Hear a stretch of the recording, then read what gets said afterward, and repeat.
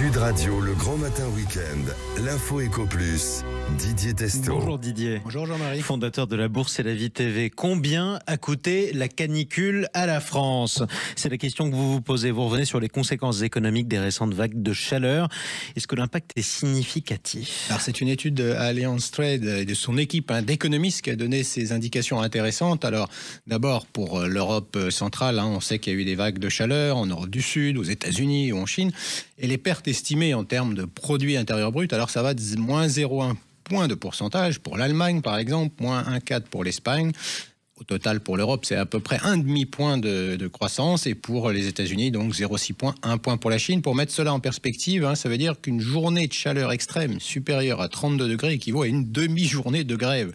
Alors le changement climatique augmente la fréquence, on le sait, l'intensité des vagues de chaleur, des incendies également. Ces événements ont des effets négatifs directs importants, non seulement pour les personnes, de la faune sauvage bien sûr, mais pour l'économie, pertes matérielles importantes dans les pays développés, des pertes humaines dans les pays en développement. Alors, les températures extrêmes réduisent également la productivité du travail. Ce que dit cette étude, l'OIT prévoit ainsi que le stress thermique réduira le nombre total d'heures de travail potentielles dans le monde de 2,2%.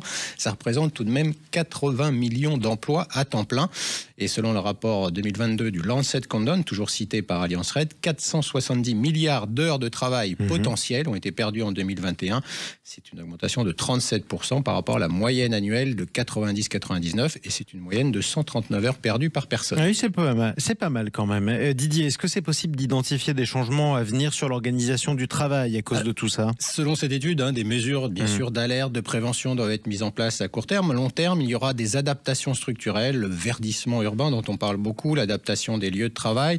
On a vu par exemple les pays en développement, voire où les travailleurs ont des faibles revenus, exposés et encore plus vulnérables aux vagues de chaleur, par exemple en Afrique ou en Asie du Sud, en raison de la qualité des logements, de la mauvaise qualité des logements, l'accès est limité aussi à la climatisation dont on parle beaucoup en ce moment. Le facteur déterminant pour les pertes de productivité, c'est le nombre de jours de chaleur extrême, quand la température dépasse 32 degrés. Et selon Foster, Smallcombe, Holder et AI, la capacité à effectuer un travail physique diminue d'environ 40% lorsque ces températures atteignent 32 degrés.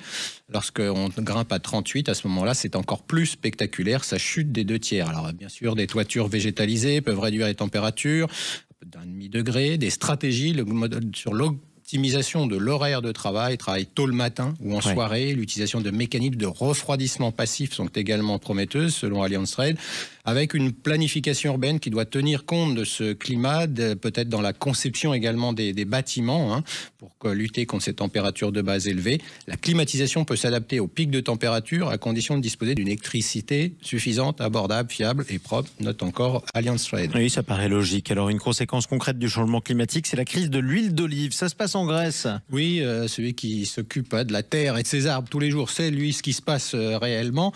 La Grèce souffre d'une crise de l'huile d'olive, des conditions climatiques ont détruit la production en Méditerranée, des impacts climatiques sont devenus si graves même que des populations se mettent à voler des olives. Les olives sont un aliment de base depuis des millénaires en Grèce, elles prospèrent bien dans ce climat sec, mais les pays exportent chaque année plus d'1 milliard de dollars d'huile d'olive. Mais avec le changement climatique, les agriculteurs doivent lutter pour empêcher les arbres de devenir trop secs, contre le risque croissant également d'incendie de forêt. Michael Antonopoulos, le directeur de la coopérative agricole l'huile d'olive de Kalamata, a déclaré dans la presse: les impacts climatiques ont été si intenses qu'ils ont presque détruit toute notre production. Les personnes touchées n'ont pas les moyens de lutter contre ce problème qui a dégénéré donc en vol, visant les distributeurs d'huile d'olive. Il faut rappeler que chaque Grec consomme en moyenne 19 litres d'huile d'olive par an. C'est la base. C'est 25% de l'agriculture grecque, 7% de son produit intérieur brut. En France, les derniers chiffres que j'ai trouvés, c'est à peu près 2 litres. Donc on a encore d'avance. Et encore, c'est une moyenne. Les gens du Sud un peu plus, les gens du Nord beaucoup moins. Exactement. Alors mettre des chiffres, vous le voyez sur le dérèglement climatique, avec ceux qui le voient à l'œuvre, ça paraît essentiel. Oui, ça paraît logique tout ça. On termine, mon cher Didier, par un mot sur les taux d'intérêt et l'économie. Oui, alors c'est le sujet majeur de ce début d'été caniculaire. Il est simple d'ailleurs, ce sont les droits de douane américains qui restent très élevés, puisque selon les économistes, le taux moyen effectif de ces droits se situe autour de 15%. C'est le niveau le plus élevé depuis les années 30, et cela aura des conséquences, estime-t-il, sur l'inflation et également sans doute un ralentissement de la croissance économique. Rendez-vous la semaine prochaine, on pourrait dire comme chaque semaine, avec Donald Trump. Exactement. Ben, merci beaucoup. On vous donne rendez-vous vous aussi dimanche prochain en compagnie de Laurence Garcia. Merci Didier. Tous vos conseils à retrouver sur la Bourse et la Vie TV.